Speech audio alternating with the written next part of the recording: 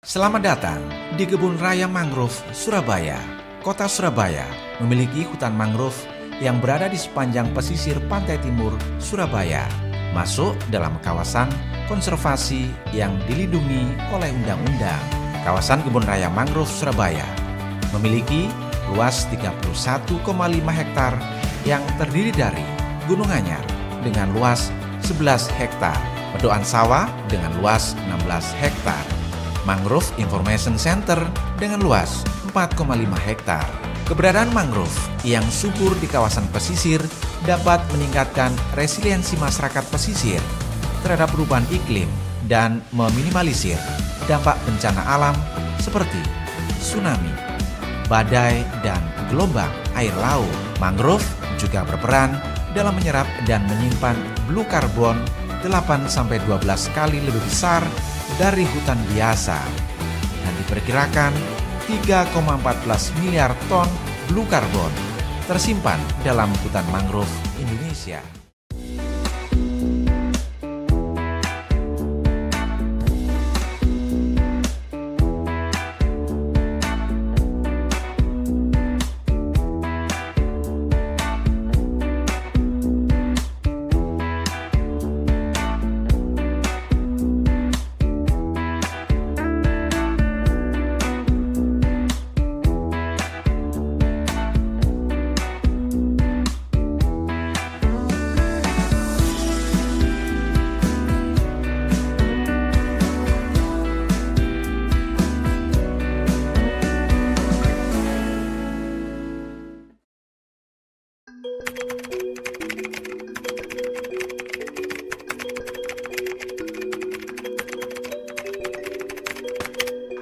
Tentu saya senang hari ini 26 Juli 2023 Bu Mega sebagai pembina BRIN meresmikan hutan mangrove di Surabaya Timur sebagai kebun raya mangrove. Saya ingin cerita mulai awal karena tidak banyak yang tahu bagaimana sejarah berdirinya hutan mangrove ini. Pertama kali saya jadi wali kota Surabaya, salah satu yang saya laksanakan adalah menyusuri pantai. Menyusuri pantai dari perbatasan Sidoarjo Surabaya ke utara, kemudian ke barat sampai perbatasan Surabaya Gresik. Nah, yang menonjol itu adalah keberadaan bibir pantai yang rusak.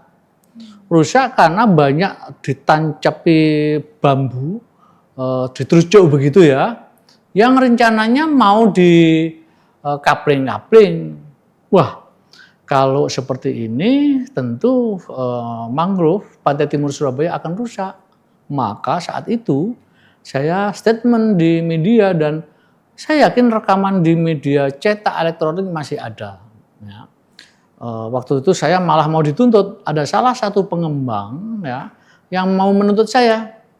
Saya akan tuntut wali kota Surabaya Bambang Deha. Ya. Bla bla bla bla. Nah, saya justru ancaman tuntutan dari pengembang ini saya gunakan sebagai pijakan untuk menelusuri. Ternyata pemilik izin reklamasi di Pantai Timur itu hanya satu perusahaan, yaitu PT Granting Jaya. Ya. Milik Pak Tumbi yang sekarang ada bangunan untuk pacuan kuda, untuk tempat ibadah Buddha ya, Konghucu ya. Mereka punya izin reklamasi 50 hektar. Di luar PT Granting Jaya, pemerintah pusat tidak mengeluarkan izin. Atas dasar itulah saya tertibkan. Ya marah-marahlah waktu itu. Tapi saya terus kampanye bahwa pesisir timur ini adalah penyangga ekosistem pantai. Maka selanjutnya saya menggandeng banyak pihak. Selain masyarakat sekitar, saya kemudian dibantu oleh YAPK, Yayasan Pendidikan dan YAPK Konservasi Alam, Yayasan Pendidikan dan Konservasi Alam. Dari sana saya juga dipertemukan dengan Profesor Ali Kodra.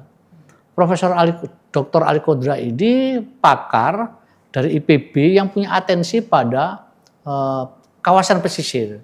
Beliau mendesain, merancang semacam set plan gitu ya untuk kawasan konservasi pantai.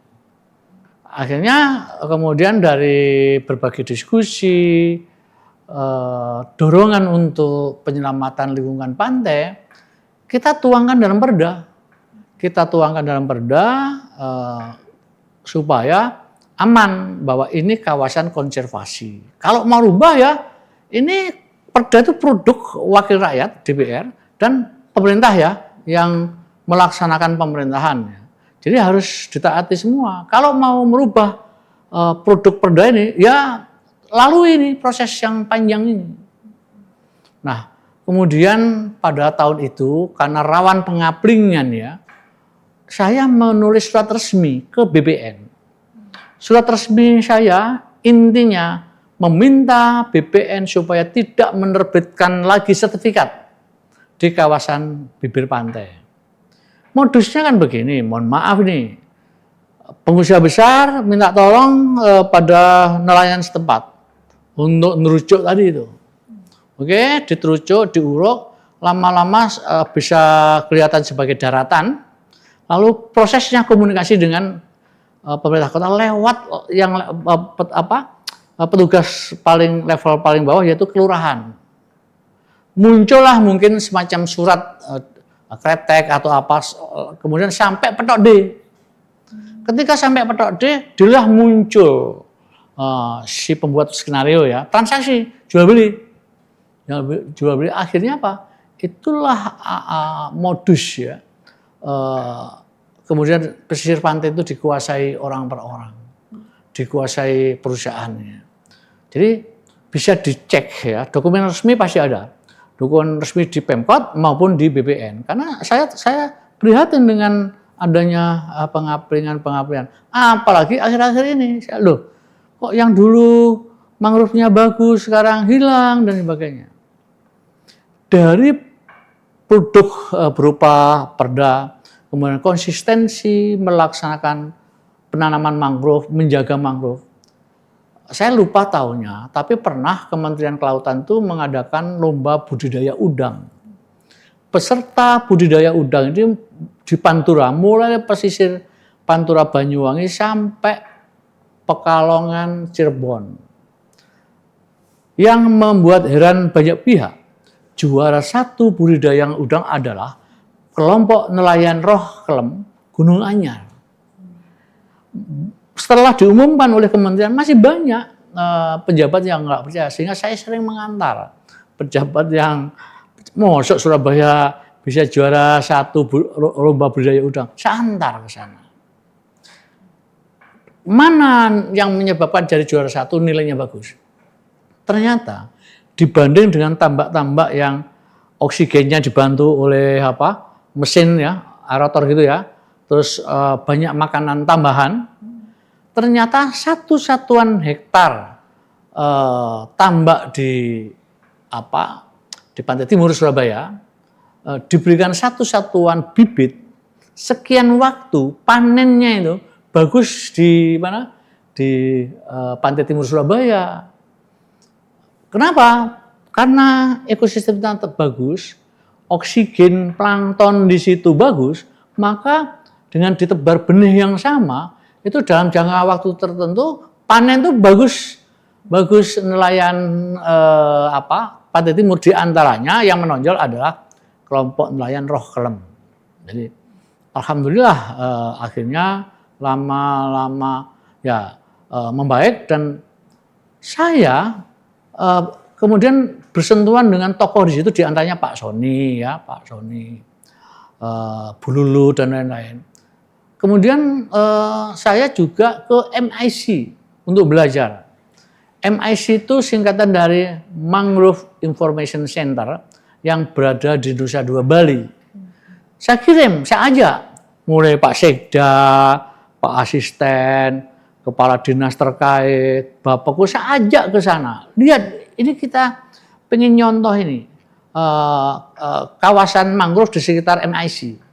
Nah, itu waktu itu di Surabaya belum ada tempat untuk jalan kaki. Saya niru, terus saya niru sana. Oh, bagus banget ya ini kawasan mangrove ini. Nah, pulang dari sana saya rencanakan desain tempat jalan kaki bisa menikmati hutan mangrove. Memang pada saat perencanaan kelihatannya bagus, begitu pelaksanaan, aduh jeleknya minta ampun itu bangunannya. Sampai saya ajak ke Singapura beberapa pejabat. Di Singapura, hutan mangrove-nya itu untuk menikmati itu bangunannya itu kokoh, rapi, dari aspek estetika juga bagus. Saya ajak, bikin kayak gini lah, jangan seperti yang ada di mangrove ini nggak bagus, didesain kelihatannya bagus, begitu dilaksanakan, aduh minta ampun. Terus Anda melihatnya sekarang seperti apa, Pak? Nah, dalam perkembangannya alhamdulillah tidak hanya secara fisik ya, tapi kemudian dari sisi mangrove-nya ternyata spesies mangrove di Surabaya itu jauh lebih banyak daripada yang di Bali. Kalau nggak salah sekarang sekitar 50-an ya 57 spesies ya.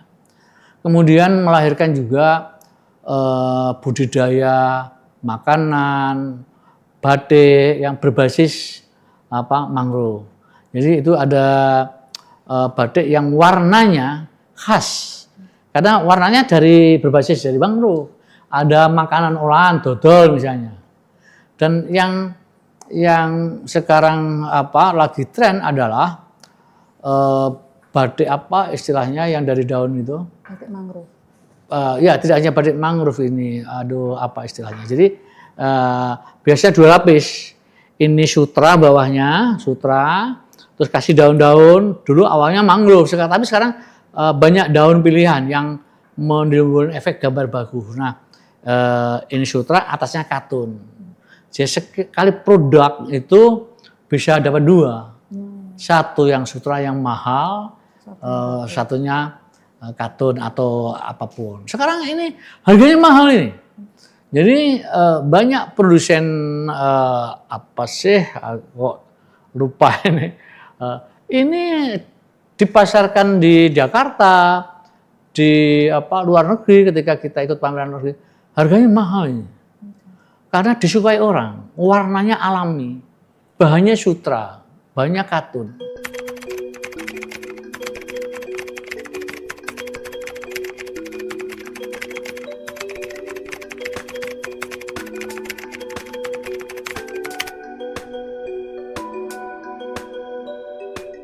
Nah, ini mungkin saya tidak tahu posisinya di mana. Apakah dalam kawasan yang sudah ditetapkan dalam perda sebagai kawasan konservasi atau di luar itu. Kalau di luar itu tidak melanggar ya, tapi kalau di kawasan konservasi pasti melanggar itu. Dan pemerintah kota harus berani menertibkan, karena kalau betul berarti inkonsistensi. Ya. Sudah direncanakan, dibicarakan dengan wakil rakyat, dituangkan dalam peraturan daerah yang mengikat kita semua, ditabrak, itu pasti bisa dipersoalkan. APH, aparat penegak hukum bisa bergerak itu. Jadi saat itu untuk melibatkan keterlibatan masyarakat luas, saya menggandeng program studi biologi Fakultas MIPA ITS, kemudian ada lagi komunitas menamakan diri Pecuk ya dari UNER. Kita menyelenggarakan pengamatan burung awalnya. Ya kita rangsang dengan hadiah.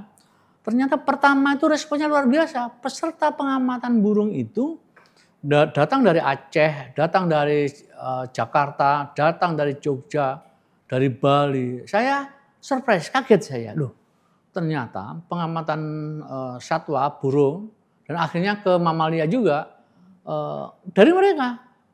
Saya betul-betul kaget ketika menemukan hasilnya, teman.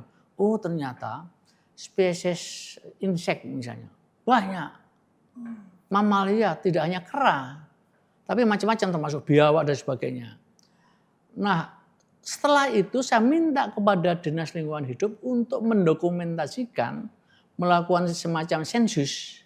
Ya, tidak hanya di mangrove tapi di Surabaya juga. Apakah penanaman pohon yang terus meningkat ya dengan berbagai jenis itu menambah jumlah spesies. Dan ternyata betul datanya ada di Dinas Lingkungan Hidup. Saya kemudian agak kurang respect ya ketika hal-hal bagus ini tidak dilanjutkan. Seperti pengamatan burung. Setelah saya tidak di Pemkot, tidak ada lagi lomba pengamatan burung. Padahal ini biayanya sangat murah. Dan paling tidak tren naik turunnya kualitas lingkungan bisa kita detect dari situ. Oh ini banyak itu yang biasanya jadi indikator para yang peduli lingkungan bahwa di situ ada air bersih, capung. Ternyata keberadaan capung ini diindikasi tidak jauh dari capung itu mesti ada air bersih. Macam-macam. Terus kemudian keberadaan yang malam itu unang-unang. Jadi terus terang saya justru belajar dari bergaul dengan aktivis lingkungan, bergaul dengan program studi lingkungan, biologi di ITS, di UNER. Nah, yang banyak tidak tahu, di Rungkut itu ada aktivis yang terlibat memonitor lalu lintas migrasi burung dari Australia ke Siberia. Saya lupa namanya sekarang kalau tidak salah tinggal di Australia. Orang Rungkut asli. Jadi dia yang ikut masang ring bango ya, ring yang gede itu. Dan dia amati terbang dari Australia, singgahnya di Surabaya. Jadi dulu di perumahan Galaksi itu masih banyak tanaman, singgah di situ. Yang gede, gede-gede banget sih itu. Itu sampai Siberia, terpantau itu. Burung pelikan, bukan? Ya pelikan, terpantau. Jadi di Australia bulan apa, sampai di Surabaya bulan apa, sampai Siberia bulan apa, terus kembali lagi sini, terpantau. Ada orang-orang ini, orang mana? Rungkut. Aduh, saya kok kelupaan namanya. Setelah rangkaian ini, kemudian kita mengadakan workshop, seminar di Seraton di Marriott waktu itu terkait dengan mangrove. Jadi waktu itu atensi banyak pihak, apakah pemerhati lingkungan, peneliti, dosen maupun media, banyak media wartawan yang memang punya atensi pada lingkungan ini. Kita adakan workshop. Sayang ini nggak berlanjut. Saya berharap dengan ditetapkannya mangrove maksudnya sebagai kebun raya mangrove, atensi banyak pihak makin bagus.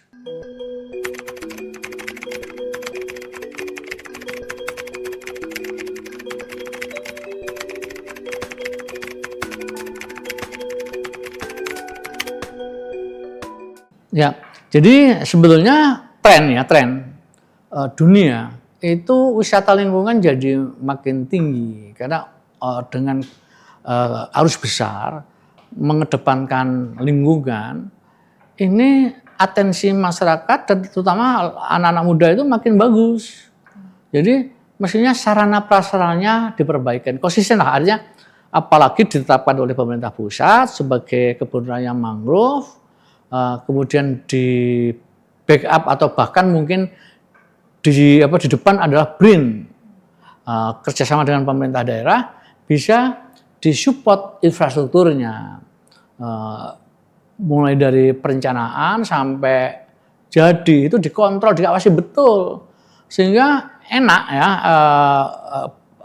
Tempat wisata itu kan beberapa harus kita mau tidak mau harus dipenuhi, misalnya kebersihan. Jangan sampai objek wisata, tempat wisata nggak terjaga kebersihannya. Kemudian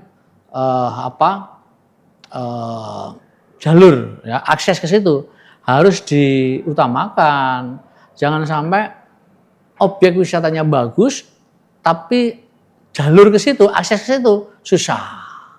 Apakah akses lewat darat maupun lewat air? Dulu awal-awal kan inisiatif warga membuat tambatan sederhana, kemudian orang jauh menyusur ke dalam itu, dari tambatan sederhana itu naik perahu menyusuri mangrove lewat dengan perahu.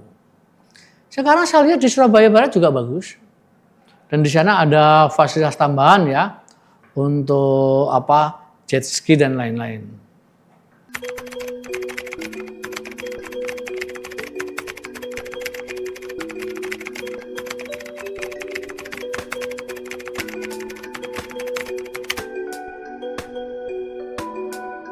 Jadi yang pertama adalah dukungan banyak pihak, terutama wakil rakyat, dewan dan pemerintah kota harus satu hati, padu ya, dalam memandang kebun raya ini. Nah dari situlah kepaduan antara eksekutif dan legislatif, saya pikir ke depan mudah termasuk tadi mengakses atau minta dukungan penuh payung hukum dan dukungan anggaran dari pemerintah pusat. Karena satu ini bagus, ya, karena negara ini negara kepulauan, satu ini bagus, tinggal mereplikasi. Daerah lain ketika mereplikasi bisa melihat kekurangan kelemahan di Surabaya untuk tidak terjadi di daerah baru nanti. Banyak kan kawasan-kawasan kota besar yang punya pantai bagus, seperti ibu kota Jakarta juga punya hutan mangrove, tadi mungkin luasnya ya sangat terbatas. Balikpapan, kota termahal ini punya pantai juga ya. Bali ya kan banyak kota-kota yang punya pantai dan punya potensi bagus. Saya yakin nanti magnet pendapatan negara ini justru dari sisi pariwisata. Pariwisata duitnya dapat, lingkungannya dapat. Bagus ini.